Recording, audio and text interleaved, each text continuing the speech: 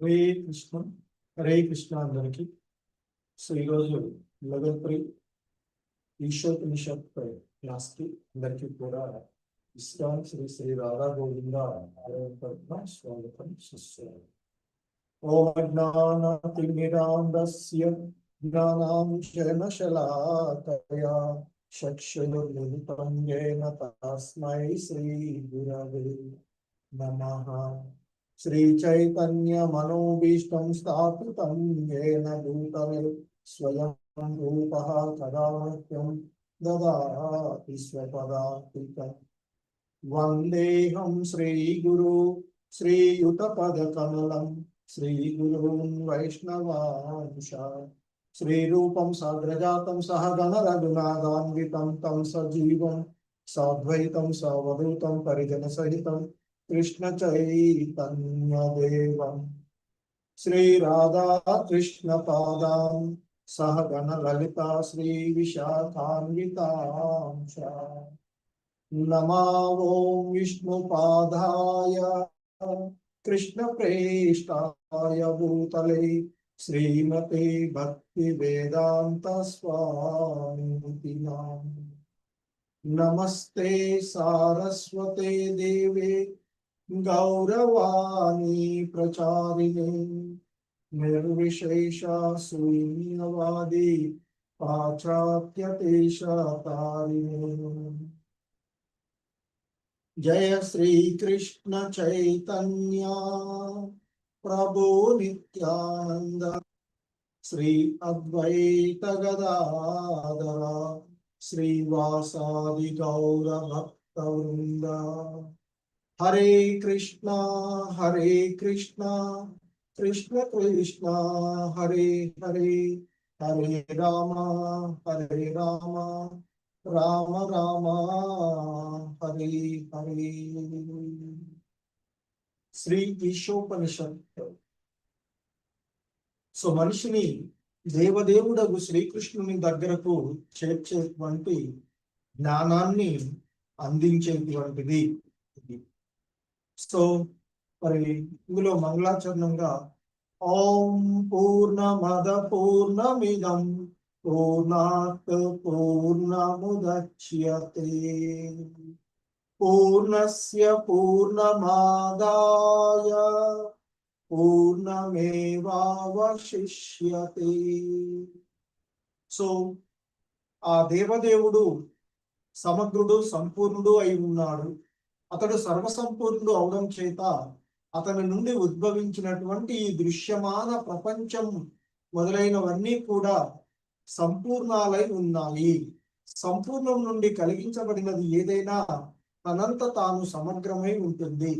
అతడు సర్వసంపూర్ణుడు అవడం చేత అతని నుండి అనేక సంపూర్ణాలు ఉద్భవించిన అతడు సంపూర్ణంగానే ఉంటాడు అంటూ ఆ పరిపూర్ణ తత్వము అంటే ఆ పరతత్వమైనటువంటి పూర్ణ పురుషోత్తముడు భగవానుడే అనేటువంటి అంశాన్ని తెలియచేస్తూ ఉన్నటువంటి ఆ మంగళాచరణం మనము చూసినట్లయితే, ఇక ఈరోజు ఇప్పటి వరకు ఇందులో మనము 11 మంత్రాలను పూర్తి చేసుకున్నాము. ఈరోజు 12వ మంత్రము చూడబోతున్నటువంటిది.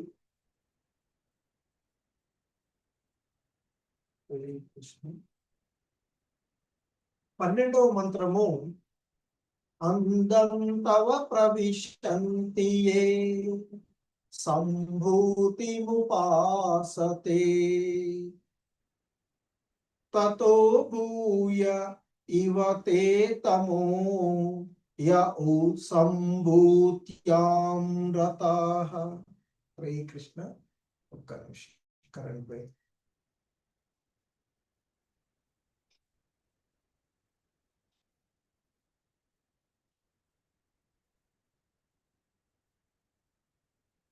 హరే కృష్ణ మాతాజీ. ప్రభుజీ. హరే కృష్ణ ప్రభుజీ. స్క్రీన్ ఓకే కదా మీకు కనిపిస్తుంది? ఓకే ప్రభుజీ. ఓకే. సో ఈ 12వ మంత్రం ఈశోపనిషత్తులోని 12వ మంత్రం అందం తమ ప్రవిశంతి ఏ సంభూతిముపాసతే తతో భూయ ఇవతే తమోయ ఉ సంభూత్యాం రతాః. సో ఇక్కడ ఈ మంత్రం యొక్క భావం చూసినట్లయితే దేవతలను ఆరాధించేవారు తమోమయమైన అజ్ఞాన ప్రాంతంలోనికి ప్రవేశిస్తారు. మరి నిరాకార బ్రహ్మమును ఆరాధించేవారు కూడా ఇంకా ఎక్కువ తమోమయమైనటువంటి అజ్ఞాన ప్రాంతంలోనికి ప్రవేశిస్తారు అనేటువంటిది ఇక్కడ ఈ మంత్రము మనకి తెలియచేస్తూ ఉన్నటువంటి అంశము. సో అంటే ముఖ్యంగా ఆ దేవతోపాసనములో నెలకొనేటువంటి వారు తమోమయమైనటువంటి అజ్ఞాన ప్రాంతంలోనికి ప్రవేశించగా ఇక ఆ నిరాకార బ్రహ్మమును ఆరాధించేటువంటి వారు ఇంకా ఎక్కువగా ఆ తమోమయమైనటువంటి అజ్ఞానం ప్రాంతంలోనికి చేరుకుంటారు అనేటువంటిది ఈ మనకి మంత్రంలో చెప్పబడుతూ ఉన్నటువంటి అంశము. సో ముఖ్యంగా ఇక్కడ ఈ మంత్రంలో ఉన్నటువంటి పదాలను మనము చూసినట్లయితే ఇక్కడ అసంభూతి, సంభూతి అనేటువంటి రెండు పదాలు ముఖ్యంగా మనకి ఇక్కడ ఇవ్వబడుతూ ఉన్నటువంటివి. సో అసంభూతి అనేటువంటి శ్రీల ప్రభుపాదుల వారి యొక్క వివరణ ప్రకారంగా ఇది సంస్కృత పదము, స్వతంత్ర ఉనికి లేనట్టి వారిని సూచిస్తుంది అని. అంటే మరి ఆ దేవదేవుడు దేని మీద కూడా ఆధారపడకుండా పూర్ణ పురుషోత్తముడు కనుక ఆయన సర్వసంపన్నుడు, ఆయనే పూర్ణ పురుషోత్తముడు. ఈ సృష్టి మొత్తానికి అన్నింటికీ కూడా ఆది మూలము ఆయనే. అన్నింటినీ మరి సృష్టించి పోషిస్తూ లయింపచేస్తూ ఉన్నటువంటి వాడు ఆయనే. కనుక మరి ఆయన సాధారణంగా దేవదేవుడు సంభూతిగా ఉండేటువంటి వాడు. సో మనకి మరి అందుకే భగవద్గీతలో చెప్పబడుతుంది 10వ అధ్యాయంలోని 2వ శ్లోకంలో శ్రీకృష్ణ భగవానుల వారే సాక్షాత్తు చెప్పబడినటువంటి అంశాన్ని మనం చూసినట్లయితే ఆయన చెప్తారు అక్కడ భగవద్గీతలో, నమే విదు సురగణ ప్రభవం నమహర్షయః అహమాదిర్హి దేవానాం మహర్షీనాం చ సర్వశః. అన్ని విధాలుగా సర్వ విధములా నేనే దేవతలకు మహర్షులకు మూలమై ఉన్నందున ఆ దేవతా సమూహం గాని మహర్షులు గాని నా యొక్క ఆ ఉత్పత్తిని, అంటే నా యొక్క ఉనికి, ఆ తర్వాత ఆయన యొక్క విభూతులను, ఆయన యొక్క ఐశ్వర్యాలను తెలుసుకొనలేరు. ఎందుకంటే ఆ దేవతలకు గాని మహర్షులకు గాని వసగబడేటువంటి ప్రతిదీ కూడా ఆ భగవంతుడి నుంచి, ఆ భగవంతుని యొక్క శక్తులే మూలం. ఆయన శక్తి నుండే అన్నీ కూడా అందించబడినటువంటిది. సో కనుకనే ఆయన ఇక్కడ చెప్తూ, అందుకే ఆ భగవద్గీతలో చెప్తూ ఉన్నారు, మరి అన్ని రకాల అయినటువంటి దేవతలకు మహర్షులకు నేనే మూలం. సో ఎందుకంటే మరి ఆ సృష్టికి ప్రారంభమైనటువంటి బ్రహ్మ కూడా ఆయన ద్వారానే సృష్టించబడినటువంటి వాడు. సో కనుక మరి ఈ సృష్టిలో ప్రతిదీ కూడా భగవత్ సంబంధంలోనే ఉండేటువంటిది.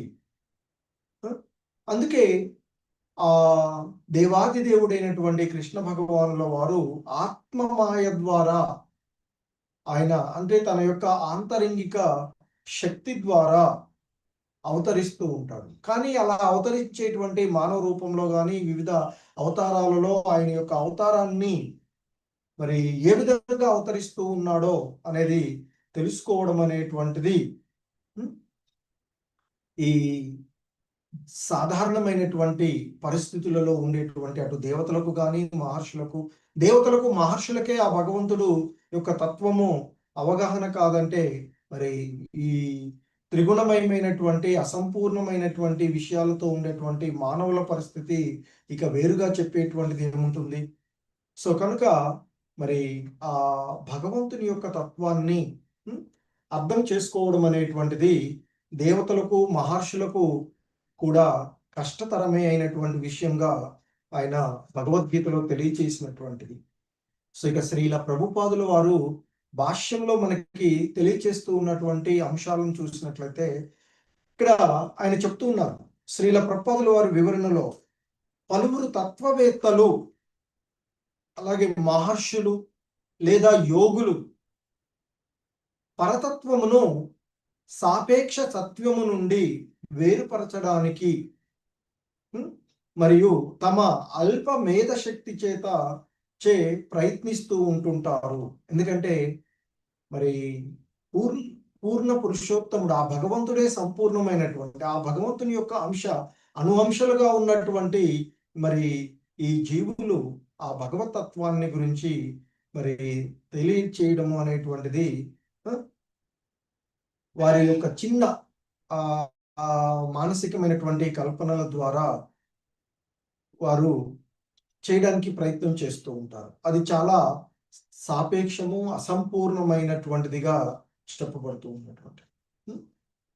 సో అందుకే ఇక్కడ చెప్తున్నారు, అలా వాళ్ళు చేసేటువంటి ప్రయత్నము ఆ పరతత్వం యొక్క వాస్తవమైన అనుభూతిని కొసగకుండా, ఎందుకంటే అసమగ్రమైనటువంటి జీవులు మరి అసమగ్రమైనటువంటి ఇంద్రియాలను ఇవన్నీ కలిగి ఉన్నటువంటి వాడు వివరించేటువంటిది అసమగ్రంగానే ఉంటూ ఉంటుంది.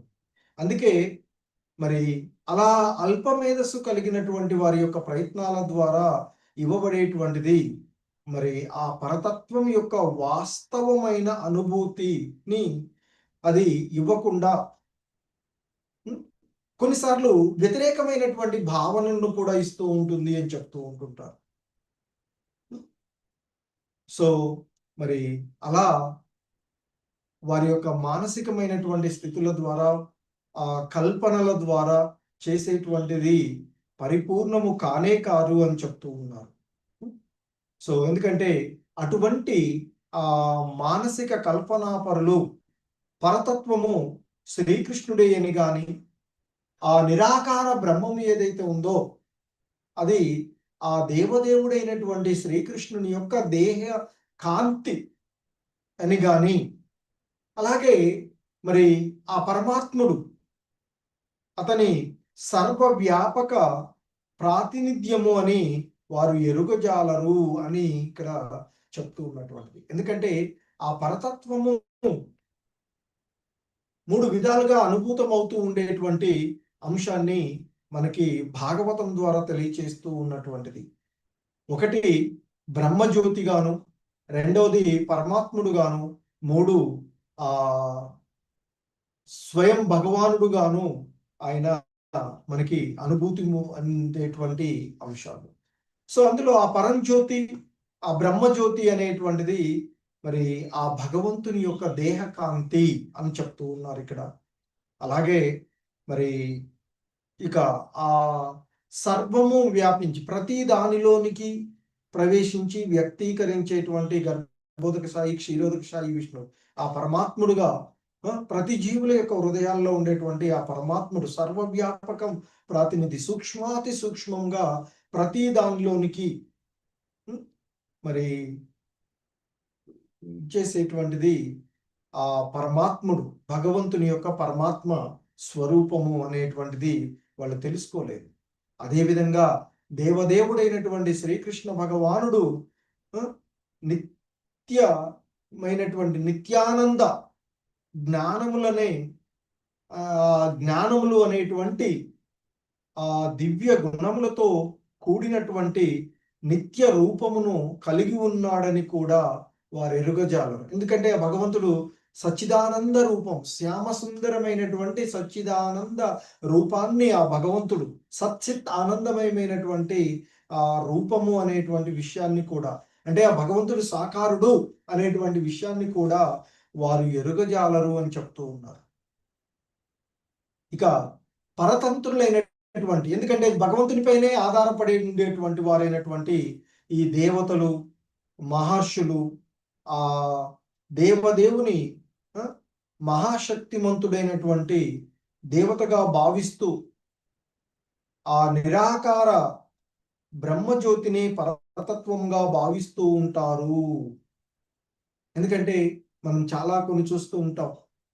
ఆ ఉదాహరణకి మనకు హిరణ్యకశిపుడు బ్రహ్మదేవుడిని ఆయనే మొత్తం పరతత్వంగా పొగుడుతూ కీర్తిస్తూ ఉంటుంటాడు.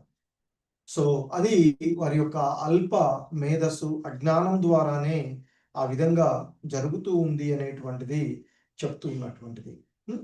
మరి ఆ దేవతలు, మహర్షులు ఆ దేవదేవుని మహాశక్తివంతుడైనటువంటి దేవతగా భావిస్తూ మరి ఇక నిరాకార బ్రహ్మజ్యోతిని పరతత్వంగా భావిస్తారు అని ఇక్కడ చెప్తూ, కానీ మరి కృష్ణ చైతన్యంలో ఉన్నటువంటి వారు, కృష్ణ భక్తులు ఆ దేవదేవుని ఎడ శరణాగతి చేతను, విశుద్ధమైనటువంటి భక్తి చేతను అతన్ని పరమ పురుషుడుగాను, సమస్తము అతని నుండే ఉద్భవించినటువంటిది గాను తెలుసుకుంటారు. అంటే ఎవరైతే భక్తి భావనలో ఉండి ఆ భగవంతునికి శరణాగతులవుతారో వారు మాత్రమే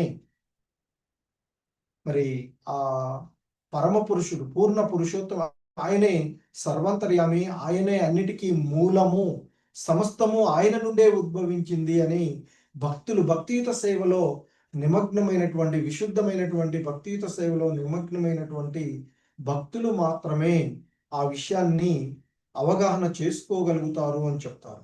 సో ఆ విధంగా మరి అవగాహన చేసుకున్నటువంటి వారు ఆ దేవదేవుడైనటువంటి శ్రీకృష్ణుని, ఎందుకంటే మరి సమస్తానికి మూలమైనటువంటి ఆ శ్రీకృష్ణుని యొక్క నిరంతర సేవలో ఆ విశుద్ధ భక్తులు పాల్గొంటారు అని చెప్తారు. ఎందుకంటే మనకు భగవద్గీతలో కూడా చెప్తుంది, ఈ జ్ఞానం ద్వారా, తత్వ పరిశోధన ద్వారా అనేక జన్మల తదుపరి సర్వము వాసుదేవమయము అని తెలుసుకుంటారు. కానీ భక్తుడు నేరుగానే సర్వము ఆ భగవంత్ సంబంధమే, సర్వము ఆ దేవదేవుడైనటువంటి శ్రీకృష్ణుడే అనేది భక్తుడు తెలుసుకునేది. కానీ ఈ జ్ఞానులు, యోగులు వీళ్ళంతా కూడా అనేక ప్రయత్నాలు చేసి చివరికి సర్వం వాసుదేవమయం అని తెలుసుకో. అందుకే ఇక్కడ శ్రీల ప్రభుపాదులు వారు చెప్తున్నారు, అల్ప మేధస్సు కలిగిన వారు, మోహగ్రస్తులు అయిన వారే తాత్కాలిక సమస్యలకు తాత్కాలిక పరిష్కారాన్ని పొందడానికి తీవ్రమైనటువంటి భోగవాంఛతో దేవతలను పూజిస్తారు. మనకి భగవద్గీతలో శ్రీకృష్ణ భగవానులు వారు చెప్తూ ఉంటారు, ఆ దేవతార్చనం చేసేటువంటి, అంటే ఈ భౌతిక జగత్తులో త్వరగా వారు కోరుకున్నటువంటి కోరికలను నెరవేర్చుకోవడానికి, భౌతికమైనటువంటి కోరికలను నెరవేర్చుకోవడానికి దేవతార్చనం చేస్తారు అంటూ ఆయన భగవద్గీత మనకి 20, 21, 20 ఆ శ్లోకాలలో చెప్తూ ఉంటుంటారు. ఏమంటే కామైస్తైస్తైర్హృత జ్ఞాన ప్రపద్యంతే అన్య దేవతాః తం నియమ హరే కృష్ణ తం నియమమాస్తాయ ప్రకృత్యా నియత స్వయా. సో భౌతిక వాంఛల చేత బుద్ధి అపహరించబడినటువంటి వారు దేవతలకు శరణజొచ్చి తమ స్వభావాలను అనుసరించి ప్రత్యేకమైనటువంటి ఆ పూజా నియమాలను అనుసరిస్తూ ఉంటారు అంటూ చెప్పబడినటువంటిది. ఎందుకంటే ఎవరైతే సమస్తమైనటువంటి భౌతిక కల్మషాల నుండి బయటపడతారో వారు మాత్రమే ఆ భగవంతునికి శరణజొచ్చి ఆయనను భక్తియుతమైనటువంటి సేవలో నెలకొంటూ ఉంటారు. అందుకే ఇక్కడ భౌతికమైనటువంటి కల్మషాల నుండి పూర్తిగా అంటే శుద్ధి పడనంత వరకు కూడా మనకి శ్రీల ప్రభుపాదులు వారు చెప్తారు అక్కడ, అలా శుద్ధి పడినంత వరకు అభక్తులుగానే పరిగణించాలి అని చెప్తూ ఉంటారు. ఎందుకంటే వాళ్ళు భౌతికమైనటువంటి వాంఛల్లో నిమగ్నమై ఉంటారు. సో కానీ విశుద్ధ భక్తులు మాత్రము ఎటువంటి భౌతికమైనటువంటి వాంఛలు లేకుండా అంతే. ఇంకా ఆయన చెప్తారు, ఓ అర్జున, పరమాత్మునిగా నేను ప్రతి ఒక్కరి హృదయంలో ఉన్నాను. ఎవడేని ఒక దేవతను పూజింపగోరినగానే నేను అతని యొక్క శ్రద్ధను సుస్థిరం చేసి ఆ దేవతకు అతడు అంకితమయ్యేటట్లు చేస్తాను. అదే భగవంతుడు ప్రతి ఒక్కరికి కూడా పరిమితులతో కూడినటువంటి స్వేచ్ఛ ఇవ్వబడేటువంటిది. సో ఏ భావంతో మనం ఉంటే, ఏం కోరుకుంటే అది ఇచ్చేస్తాడు. మనం మంచిగా ఉండాలి అనుకుంటే మంచిది. అందుకని ఆయన ఎవరి ఎడా పక్షపాతం ఉండదు అని చెప్తుంటారు. ఎవరు ఏ విధంగా కోరుకుంటే ఆ విధంగానే మరి ఉంటారు. వాస్తవానికి జీవుడైనా దేవతలైనా ఇద్దరు కూడా భగవంతుని యొక్క సంకల్పానికి ఆధీనులై ఉన్నటువంటి వారే. కాబట్టి మరి ఆధీనులై ఉన్నటువంటి వాళ్ళు, ఒక బానిస ఇంకొక బానిసను ఎలా విముక్తి చేయగలడు? బంధనాలలో కట్టబడి ఉన్నటువంటి వాడు ఇంకొకటి సంఖ్యలు, అంటే సంఖ్యలు వేయబడి ఉన్నాయి అనుకోండి, వాడు ఇంకొకటి సంఖ్యలను తీసేయలేడు కదా.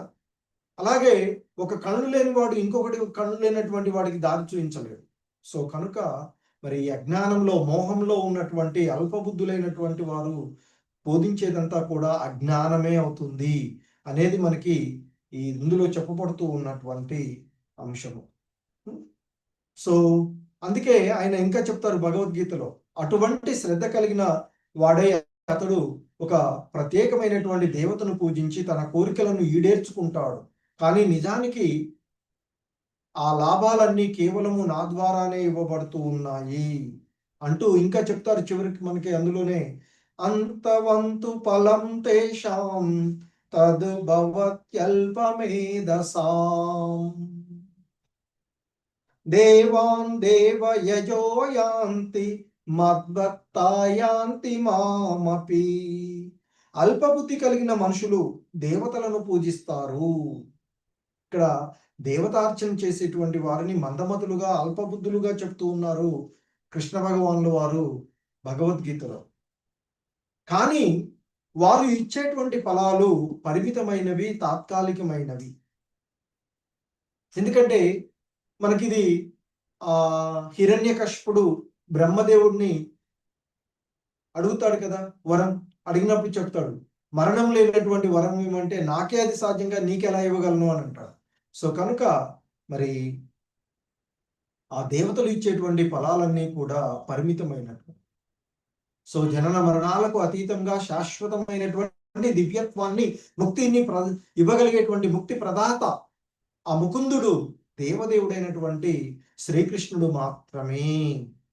అందుకే ఆయన అంటున్నారు, దేవతలను పూజించేవారు దేవతాలోకాలకు వెళ్ళగా నా భక్తులు చివరకు నా పరలోకానికి చేరుకుంటారు, నా ధామానికి చేరుకుంటారు అంటూ చెప్తూ ఉంటారు. ఎందుకంటే ఇక్కడ ఆ శ్లోకం ద్వారా మనకి భగవద్గీతలో ఈ భగవద్గీతకు భాష్యాలు, డిఫరెంట్ వ్యాఖ్యలు చేసేటువంటి, ఎందుకంటే దేవతారాధకులు కూడా అందరూ ఒకటే కదా, అన్ని దేవత ఏ దేవతనైతే ఏంది పూజిస్తే అదే కదా అని చెప్తుంటారు. అది కాదు ఇక్కడ. అంటే ఇతరులను ఇతర దేవతలను అగౌరవపరచమని చెప్పట్లేదు, కానీ వారికి ఇచ్చేటువంటి మర్యాద వారి పరిధిలో మాత్రమే ఉంటుంది. వారు ఇవ్వగలిగేటువంటిది భగవంతుడు ధామాన్ని చేరుకోవడానికి వారు ఎవరు కూడా ఇవ్వలేనటువంటి పరిస్థితి. సో అందుకే ఇక్కడ చాలా స్పష్టంగా దేవతార్చన చేసేవారు వివిధ సూర్యలోకానికో లేదా చంద్రలోకానికో, సూర్యోపాసకులు సూర్యలోకానికి, చంద్రోపాసకులు చంద్రలోకానికి, అలా వేరువేరు లోకాలకు వెళ్ళేటువంటి దేవతా ఆరాధకులు దేవతాలోకాలకు వెళ్తూ ఉంటారు అని, చంద్రోపాసకులకు చంద్రుని దగ్గరకు, అలాగే సూర్యోపాసకులు సూర్యుని దగ్గరకు వెళ్తారని. మరి ఇవన్నీ కూడా మనం నవీన నాగరికల్లో మరి ఆ రాకెట్ల సహాయంతో చంద్రలోకానికి చేరడానికి, సూర్యలోకానికి చేరడానికి ప్రయత్నాలు చేస్తూ ఉన్నాం. బట్ ఇక్కడ మనకి శాస్త్రాలు చెప్తూ ఉన్నటువంటిది అలాంటి రాకెట్స్ ఇవన్నీ కూడా ఏమీ అవసరం లేదు. ఏ భావంతో ఆ దేవతను ఆరాధిస్తే ఆ విధమైనటువంటి లోకాలకు చేరుకోవచ్చు అనేటువంటిది చాలా స్పష్టంగా చెప్పబడుతూ ఉన్నటువంటిది శాస్త్రాల ద్వారా మనకి. అందుకే ఇక్కడ శ్రీల ప్రభుపాదులు వారు అంటున్నారు, నవీన శాస్త్రజ్ఞులు రాకెట్ల సహాయంతో చంద్రలోకం చేరడానికి ఇప్పుడు ప్రయత్నిస్తున్నారు, కానీ నిజానికి అది కొత్త ప్రయత్నం ఏమీ కాదు.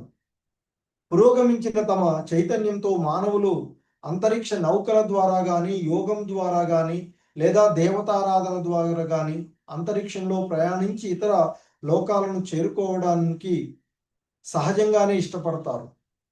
మనుషుడు ఈ పద్ధతిలో ఏదో ఒక దాని ద్వారా ఇతర లోకాలకు చేరుకోవచ్చని వేద సారస్వతంలో చెప్పబడింది. సో అందుకే ఇక్కడ అధిష్టాన దేవతను పూజించడం ద్వారా ఒక ప్రత్యేక లోకమును చేరువడము సర్వసాధారణమైనటువంటి విధానము అని చెప్తున్నారు. సో ఆ విధంగా మరి మనిషి చంద్రలోకమును, సూర్యలోకమును, విశ్వంలో ఉన్నటువంటి అత్యున్నతమైనటువంటి బ్రహ్మలోకమునైనా చేరుకోవచ్చు. బట్ అవన్నీ కూడా తాత్కాలికమే. ఎందుకంటే ఆ బ్రహ్మ భువనాల్లోక అంటూ చెప్తూ ఉంటారు భగవద్గీతలోనే మనకి. ఆ బ్రహ్మ భువనాల్లోక పునరావర్తినో అర్జున. భౌతిక జగత్తులో ఉన్నటువంటి అత్యున్నతమైనటువంటి ఆ సత్యలోకము, బ్రహ్మలోకం వరకు కూడా అన్నీ కూడా పునరావృతమయ్యేటువంటివి. అక్కడి నుంచి అంటే ఆ అత్యున్నతమైనటువంటి బ్రహ్మలోకం నుండి అత్యల్పమైనటువంటి ఆ పాతాళ లోకం వరకు కూడా అన్ని కూడా జన్మ మృత్యుభరితమైనటువంటి దుఃఖ ప్రదేశాలే అని చెప్తారు. కానీ ఓ అర్జున, నా లోకానికి చేరిన వాడు తిరిగి జన్మను పొందడు అంటూ మనకి అక్కడ చెప్పబడుతూ ఉన్నటువంటి భగవద్గీతలో చెప్పబడినటువంటి అంశాన్ని మనం చూడవచ్చు. సో అందుకే ఇక్కడ దేవతలను ఆరాధించేటువంటి వాడు ఆయా దేవతాల లోకాలకు చేరుతున్నప్పటికీ కూడా అది అంధకార బంధురమైనటువంటి, ఎందుకంటే ఏది కూడా ఈ భౌతిక జగత్తులో అత్యున్నతమైనటువంటి బ్రహ్మలోకం వరకు కూడా ఏది కూడా శాశ్వతమైనటువంటిది కాదు. సో ఆ లోకాలకు చేరి అక్కడ కొంతకాలము అక్కడ ఉండేటువంటి సుఖాలను అనుభవించిన తదుపరి ఈ ఏదైతే మనం పోగు చేసుకున్నామో అదంతా అయిపోగానే తిరిగి మరలా ఈ మర్త్యలోకానికి వచ్చేటువంటి పరిస్థితే ఉంటుంది అని చెప్తున్నాను. సో మరి ఆ విధంగా మరి ఈ ఒక లోకం నుండి ఇంకొక లోకానికి ఇలా వెళ్ళేటువంటి ఆ నిరాకారులైన నాస్తికవాదులైన మరి ఆ భగవంతుని యొక్క వాళ్ళకు ఉండేటువంటి అజ్ఞాన అంధకారం చేత ఆ భగవంతుని యొక్క అస్తిత్వాన్ని నిరాకరించడం జరుగుతూ ఉంటుంది. కొంతమంది నిరాకారవాదులేమో భగవంతుని నిరాకార తత్వంతో బలపరుస్తూ ఆ నాస్తికులు వాళ్ళు కూడా సమర్థిస్తూ ఉన్నారు అని చెప్తారు. సో మరి ఆ దేవదేవుణ్ణి నిరాకరించిన మరి మంత్రం ఏది కూడా ఈశోపనిషత్తులో తెలియబడలేదు అని చెప్తున్నారు. ఎందుకంటే ఇక్కడ చెప్పబడుతుంది, ఒకవేళ దేవదేవుణ్ణి నిరాకరించి ఇతర దేవతలు కానీ బ్రహ్మజ్యోతిలో కానీ అంటే ఆ నిరాకార విధానాన్ని కానీ అనుసరించేటువంటి వాళ్ళు అజ్ఞానమయమైనటువంటి అంధకారంలోనే పడిపోతారు అని చెప్పబడుతూ ఉంటారు. సో కనుక అంతకుముందు చెప్పినట్లుగా భగవంతుడు కదలడు, అత్యంత వేగంగా అందరికంటే కూడా ఎక్కువ వేగంతో ప్రయాణించేటువంటి చాలా దూరంగా ఉంటాడు, చాలా దగ్గరగా ఉంటాడు అనేటువంటి విషయాన్ని మనకి చెప్పబడినట్టు. సో కాబట్టి మరి ఆ పరతత్వం యొక్క నిరాకార భావన అనేటువంటిది అజ్ఞానానికి ఆ మారురూపు అని చెప్తారు. పరతత్వం యొక్క ఆ అసమగ్ర భావన వలనే అది ఉత్పన్నమవుతుంది అని చెప్పబడుతూ ఉన్నారు. అలాగే ఇంకా చెప్తూ ఉన్నారు శ్రీల ప్రభుపాదుల వారు, అల్పజ్ఞులు కపట ధార్మికులు, అల్పజ్ఞులైనటువంటి ఆ కపట ధార్మికులు వేదాదేశాలను నేరుగా ఉల్లంఘిస్తూ, ఎందుకంటే వేదాలలో చెప్పబడినటువంటి విషయాలను వాళ్ళు ఉల్లంఘిస్తూ వారి సొంత భావనలను, వారి కల్పనలను అందులో చర్చించి వారు వేరు భాషలను చెప్తూ ఉండేది. సో అందుకే వేదాదేశాలను మరి నేరుగా ఉల్లంఘిస్తూ నామమాత్ర అవతారాలను సృష్టించేటువంటి వారు, కొంతమంది నేనే భగవంతుడు అంటూ కొన్ని సృష్టించేటువంటి చేసి అమాయకమైనటువంటి జనులను తప్పుదారి పట్టించేటువంటి చాలా మంది చూస్తూనే ఉన్నాం కదా. నేనే భగవంతుడు అని చెప్పుకుంటూ ఆ ఇక మరి అమాయకమైనటువంటి ఈ జనాలని తప్పుదారి పట్టిస్తూ ఉన్నటువంటి వాళ్ళని ఎంతో మందిని మనము చూస్తూ ఉన్నటువంటి.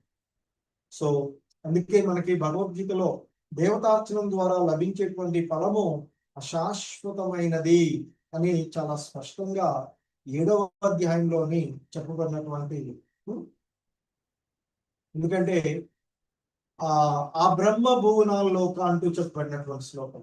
ఎందుకంటే ఈ భౌతిక జగత్తంలో బ్రహ్మలోకం వరకు ఎక్కడికి వెళ్ళినా అశాశ్వతమైనటువంటి, సమస్త భౌతిక విశ్వమే అశాశ్వతమైనటువంటి కనుక మరి ఈ అంధకార బంధనమైనటువంటి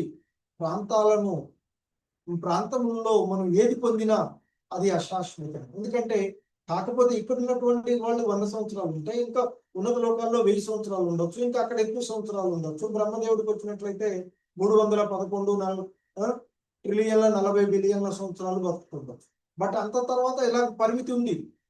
బట్ దేవదేవుని యొక్క ఆ పరలోకంలో మాత్రమే ఆది అంతాలు లేకుండా అనంతమైనటువంటిదిగా ఉండేది. సో కాబట్టి మరి ఈ లోకాల్లో ఏ దేవత, విశ్వంలో ఉండేటువంటి ఏ దేవతా లోకాలైనా అశాశ్వతమైనది. సో మరి నిజమైన శాశ్వత జీవనాన్ని ఏ విధంగా పొందాలి అనేదే మరి అసలైనటువంటి, అదే భక్తి ద్వారా ఆ భగవంతుణ్ణి దరిచేరడానికి ఏకైక మార్గము సర్వశాస్త్రాలలో చెప్పబడుతూ ఉన్నటువంటిది ఆ భగవంతుని భక్తియుత సేవ, శ్రవణ కీర్తన, స్మరణం, అర్చనం, వందనం, దాస్యం, సఖ్యం, ఆత్మ నివేదనం అంటూ భగవద్గీత భాగవతంలో చెప్పబడిన 9 భక్తి మార్గాలు. ఆ భగవంతుని యొక్క గుణగణాలను, ఆ భగవంతుని యొక్క శ్యామసుందర రూపాన్ని, ఆ భగవంతుని యొక్క లీలలను, ఆ భగవంతుని యొక్క జన్మ కర్మలన్నింటినీ కూడా తెలుసుకోవడం ద్వారా, భక్తియుతమైనటువంటి సేవ చేయడం ద్వారా మనుజుడు ఈ జనన మరణ చక్రాల నుండి బయటపడి పూర్తిగా ముక్తుడవుతాడు అని మరి భగవంతుడికి చెప్పినటువంటి అంశం. సో ఎందుకంటే భక్తి ద్వారానే నా ధామాన్ని చేరుకోవచ్చు, నన్ను అవగాహన చేసుకోవచ్చు, పరమసత్యాన్ని, పరతత్వాన్ని అనుభూతి పొందవచ్చు అని చెప్తున్నారు. పరతత్వాన్ని అనుభూతి పొందేటువంటి మార్గము భక్తి మార్గమే అని చెప్తారు. అందుకే ఆయనకి శరణాగతులు కమ్మని చెప్తున్నారు. సో కనుక మరి ఇక్కడ ఆ భగవంతుని దరిచేరడానికి ఏకైక మార్గము భక్తియుత సేవ. దాని ద్వారా మనుషుడు తనను చేరినంతనే జన్మ మృత్యు బంధనం నుండి పూర్తిగా ముక్తుడవుతాడని ఆ భగవంతుడు దేవదేవుడైనటువంటి శ్రీకృష్ణుడే పలికినటువంటి విషయాన్ని ఇక్కడ గుర్తు చేస్తుంది. అంటే భవబంధ విముక్తి పదము భగవత్ సేవ వలన లభించేటువంటి ఆ జ్ఞాన వైరాగ్యాల వలనని కలుగుతుంది అని చెప్తున్నారు. అంతేగాని ఆ కపట ధార్మికులకు జ్ఞానం కానీ లౌకికమైనటువంటి కలాపాల పట్ల వైరాగ్యం కానీ ఉండదు. ఎందుకంటే వాళ్ళు ఇంకా ఆ విషయాలపైనే ఆసక్తిని పెంచుకొని ఉంటూ ఉంటారు. ఇంకా దరిద్రంగా ఆ ధార్మికత అనేటువంటి పేరుతో పరోపకార కార్యాలను చేస్తూ ఆ ముసుగులో అనేక రకమైనటువంటి కార్యాలను చేసేటువంటి వాళ్ళని కూడా మనం చూసుకుంటాం. సో అందుకే భగవద్గీతలోనే శ్రీకృష్ణ భగవానుడు వారు చెప్తారు. ఎందుకంటే ఏవం పరంపరా ప్రాప్తం, ఆయన చెప్పినటువంటిది ఆ క్రమంలో వచ్చింది. కానీ కాలక్రమంలో ఏమైంది, వీళ్ళ యొక్క సొంత భాష్యాలు జోసించడం వల్ల ఆ దివ్య యోగం నశించినట్లు అనిపించింది. కనుక నేను నీకు మళ్ళీ ఈ దివ్య జ్ఞానాన్ని బోధిస్తున్నాను, విను అర్జున అంటూ చెప్తూ ఉంటుంటారు. ఎందుకంటే ఆ మధ్యలో వచ్చినటువంటి వాళ్ళు, ఎందుకంటే వాస్తవానికి ఆచార్యోపాసనం ద్వారానే మరి మనము దివ్య జ్ఞానాన్ని పొందాలి. కానీ కొంతమంది ఆ కపట మిథ్యాచారులు ఎవరైతే ఉన్నారో వాళ్ళు వారి యొక్క వాస్తవికమైనటువంటి తత్వానికి బదులుగా వ్యతిరేక భావనలను బోధించడం వల్ల మరి జనసామాన్యం తప్పుదోవ పడుతూ ఉన్నటువంటి. సో అందుకే యదా యదా హి ధర్మస్య గ్లానిర్భవతి భారత అభ్యుత్థానం అధర్మస్య అంటూ ఆయన ఆత్మానం సృజామ్యహం అంటూ చెప్తారు. నాకు నేనుగా సృజించుకొని వస్తాను. సో కాబట్టి మరి ఇటువంటి దుర్మార్గులు ఈ మానవ సంఘంలో తప్పుదారి పట్టించినప్పుడు, అధర్మం పెరిగిపోయినప్పుడు, దుర్మార్గులు పెరిగిపోయినప్పుడు ఆ భగవంతుడు అవతారాలు తీసుకుంటూ ఉంటుంటారు. సో మరి అందుకే ఇక్కడ ఈ ఎలాగైతే మానవ సమాజంలో మనం ఈ భౌతిక జగత్తులో చూస్తూ ఉంటాం, ఏదైనా తప్పులు చేస్తే శిక్షలు విధించబడుతుంది. అలాగే ప్రకృతి నియమాలను ఉల్లంఘించిన కారణంగా కూడా మనకు అనేక రకమైనటువంటి ఈ విపత్కరమైనటువంటి పరిస్థితులు,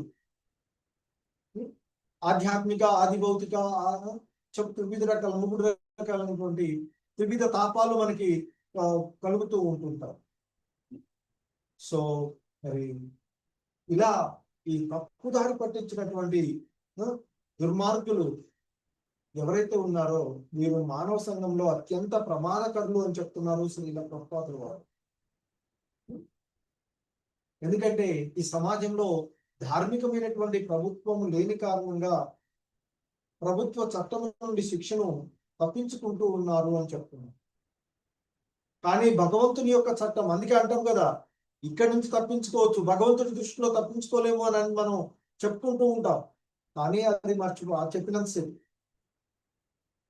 కానీ భగవంతుని యొక్క చట్టం నుండి మాత్రం, ప్రకృతి నియమాల నుండి మాత్రం ఎవడు కూడా తప్పించుకోలేరు. ఎందుకంటే ధర్మ ప్రచారకులు అనేటువంటి ముసుగులో ఉన్నటువంటి ఆ అసూయాపరులైనటువంటి దానవులు అంధకార బంధురమైనటువంటి నరకంలోనికి తోయవేయబడతారు అని భగవద్గీతలో. ఎందుకంటే భగవద్గీత 16వ అధ్యాయమైనటువంటి దైవాసుర సంపద్ విభాగ యోగంలో భగవానుడు చాలా స్పష్టంగా చెప్తారట, ఈ దుర్మార్గులు ఇంకా అంటే అసుర భావాలు కలిగిన వాళ్ళు ఇంకా ఇంకా అలా భావాలతోనే ఉంటే వారిని ఆ రకమైనటువంటి యోనుల్లోనే పడేస్తాము నీవు అని చెప్తూ ఉంటుంటాం. మరి మనకి ప్రామాణికమైనటువంటి గురుల ద్వారానే ఆధ్యాత్మికంగా మరి ఆ ఉన్నతమైనటువంటి స్థితిని పొందవచ్చు. అంతేకాని ఈ కుహాన ధర్మవేత్తలు వీళ్ళు చేసేటువంటి విషయాలు, అందుకే ఇక్కడ దేవతా అర్చకులు, నిరాకార అర్చకులు అంధకారమయంలోకి తొలియబడతారు అని మనకి ఈశోపనిషత్తు ఈ 12వ మంత్రం తెలియజేస్తూ ఉన్నటువంటి అంశం. హరే కృష్ణ. జగద్గురు శ్రీల ప్రభుపాదకి ఇచ్చారు.